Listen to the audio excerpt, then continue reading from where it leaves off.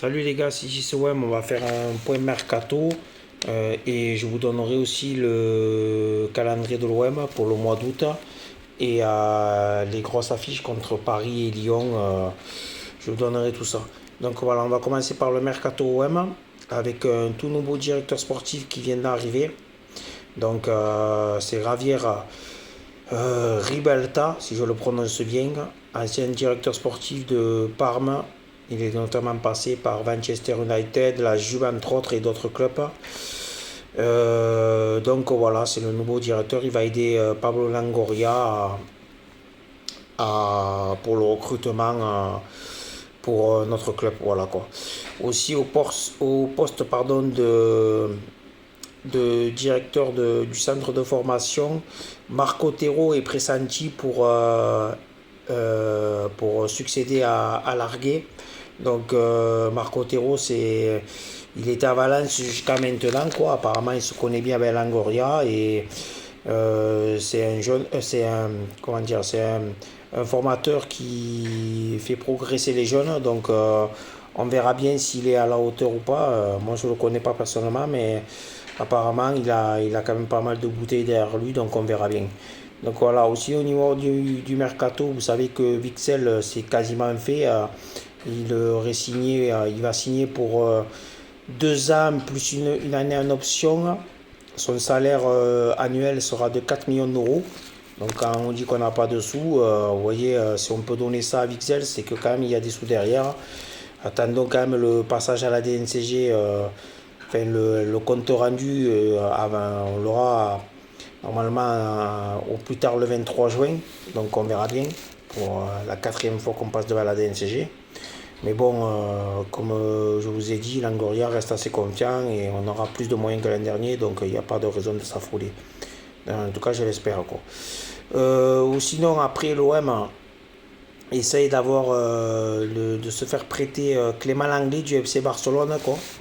Donc, à voir si cette piste va se concrétiser ou pas. On a aussi avec le Barça d'autres joueurs en vue. Donc, vous savez, Miralem Pjanic qui avait été prêté à Beşiktaş la saison dernière et qui pue dans les plans du FC Barcelone et l'OM aimerait bien l'enrouler, quoi.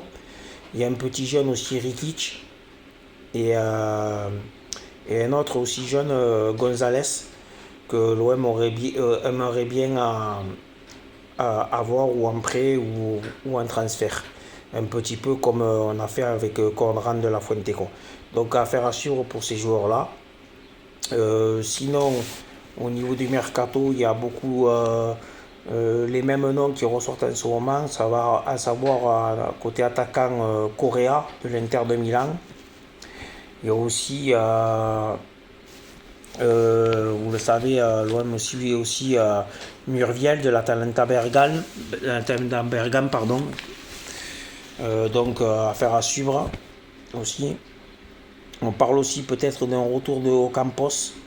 Apparemment, le FC Séville, il ne rentre plus dans leur plan et Ocampos, moi je dirais pas non. Quand on sait, c'est un guerrier sur le terrain. En plus, avec le système de Jorge Sampaoli, ça peut se matcher. Et puis je le trouvais bon, moi, quand il était à l'OM, c'était toujours un combattant et tout. Un guerrier sur le terrain, donc ça colle bien à l'image de notre club et de la ville de Marseille. Sinon aussi côté défenseur, l'homme suit toujours Poser de Vitesse Arnhem, le défenseur néerlandais. Donc lui, ça serait peut-être bouclé pour l'OM. Donc je ne veux pas dire de bêtises, mais on parle que c'est presque fait. Il y a aussi le défenseur de Porto. Mais comment il s'appelle lui? Putain, je sais plus comment il s'appelle, désolé. Menamba là, je sais pas quoi là. En plus, je sais pas dire son nom, mais c'est un très bon défenseur de Porto, puisqu'il a joué la Ligue des Champions à Bordeaux, il est titulaire à Porto. Donc l'OM se positionnait dessus. Apparemment, d'après les dernières infos aussi sur le petit Touré du Havre, l'OM aurait repris de l'avance. À un moment donné, on pensait qu'il allait aller du côté de la Bundesliga, où ou aussi de l'Angleterre où Manchester City s'était positionné pour le prêter ensuite à 3. Mais apparemment, l'OM aurait repris de l'avance. Il manquerait plus que le passage à la DNCG pour pouvoir faire signer le joueur. Donc voilà. Donc à faire à suivre aussi pour ce joueur. Désolé pour le joueur de Porto, j'ai plus son nom. Si vous vous en rappelez, marquez-le moi en commentaire. Le défenseur central de Porto là. Mais Namba, je sais pas comment il s'appelle, je ne vais pas le prononcer, désolé. Mais c'est un excellent joueur, hein. Moi je l'ai vu jouer, c'est un excellent joueur. Je suis désolé de ne pas arriver à prononcer son nom. Donc voilà, ça c'est les pistes qu'il y a actuellement. Après, bon, il y en a d'autres, je ne les ai pas toutes faites, mais il y en a d'autres quoi. On aura le temps d'en parler, puisque le mercato n'en est qu'à son début, donc on aura le temps largement de parler de tout ça. Donc on va passer au calendrier de Ligue 1, si vous, voilà.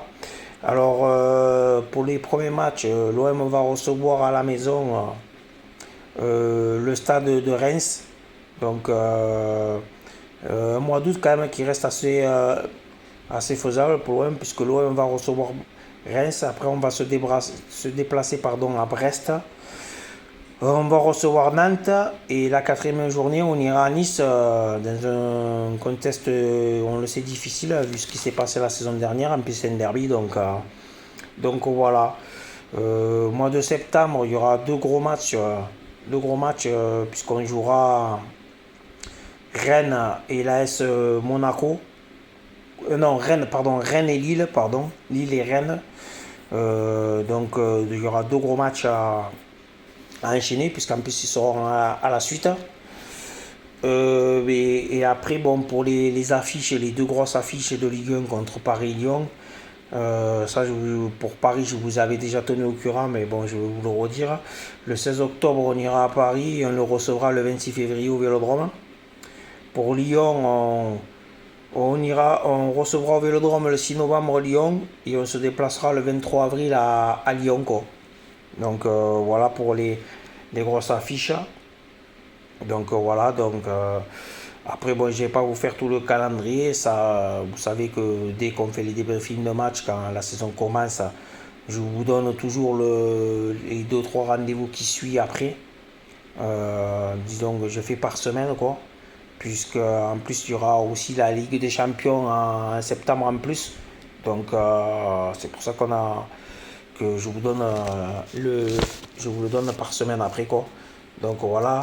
Le tirage de sort d'ailleurs de la Ligue des Champions, si je ne me trompe pas, normalement ça doit être ça, c'est le 30 août. Donc le 30 août on sera dans la poule qu'on est. Sachez quand même qu'on va avoir, je pense, du lourd dans notre poule vu qu'on échappe aux 4. Donc on va avoir du lourd dans notre poule. Donc voilà, après pas plus à dire les gars, hein. Gaël aussi, apparemment il y aurait deux offres de deux clubs, d'après ce que j'ai lu. Après, sûrement des clubs en Angleterre et le FC Séville aussi qui étaient intéressés, puisqu'ils vont perdre normalement, ou ils l'ont perdu déjà, je sais pas, Diego Carlos qui va partir à Aston Villa. Donc voilà, donc ils essaient de recruter dans ce secteur-là. Côté départ aussi, on parle beaucoup de Steph Mandanda à Rennes. Apparemment, il y aurait eu un entretien, après ce qu'on dit, avec Genesio, qui veut le faire actuellement venir à Rennes, quoi. Mais je ne vois pas Steph Mandanda partir, hein. Moi, je le vois rester. Je pense qu'en plus, on a la Ligue des Champions cette année, je pense qu'il va rester. Moi, j'espère, enfin, après, ce n'est que mon avis, hein, chacun peut se faire son avis, mais j'espère qu'il sera titulaire cette année. Parce que je pense qu'il est quand même supérieur à Paul Lopez, même si j'aime bien le Paul Lopez aussi. Le seul avantage qu'il y a pour Lopez par rapport à Nana, c'est son jeu au pied. Je pense qu'il est meilleur au pied. Mais au niveau des sorties aériennes et sur sa ligne, je trouve que Steph est supérieur à lui, quoi. Il est plus rassurant, disons. Donc, affaire à suivre aussi. Donc, on verra après ce qu'il en est, quoi. Les gars, il y a du temps pour parler du mercato. Luis Enrique, lui, devrait partir, hein. Il y a des propositions de la Lazio et de la Fiorentina en Italie. Donc, s'il peut se casser, ou peut-être un retour au Brésil, hein. Donc, les indésirables devraient partir aussi, je pense, ou rupture de contrat pour Strootman. Radovic, on lui cherche un club. Et à ma vie, pour le moment, il est dans l'Europe. Mais je pense qu'on va recruter au niveau des latérales aussi. Du moins à gauche, quoi. puisque Kolasinac est sur le départ aussi. Donc à droite aussi, Lirola est peut-être pressenti pour partir. Mais là, bon, c'est pas un problème puisqu'on sait que Rongier a été quand même assez satisfaisant dans ce poste-là en tant qu'arrière latéral à la perte du ballon et milieu de terrain quand on a le ballon. Donc sur ce côté-là, je m'en fais pas trop quoi. Donc voilà, après voilà, puis on verra ce qu'il en est quoi les gars.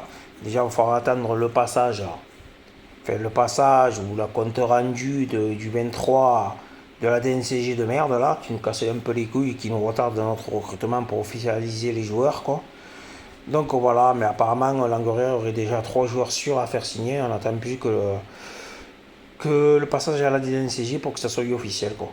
Donc voilà, sur ce les gars, passez une bonne journée hein, à tous ça. Hein. On va attendre la décision de la DNCG et puis voilà. Passez une bonne soirée. Merci à tous mes abonnés. Ceux qui ne sont pas abonnés, vous pouvez vous abonner comme je vous le dis tout le temps.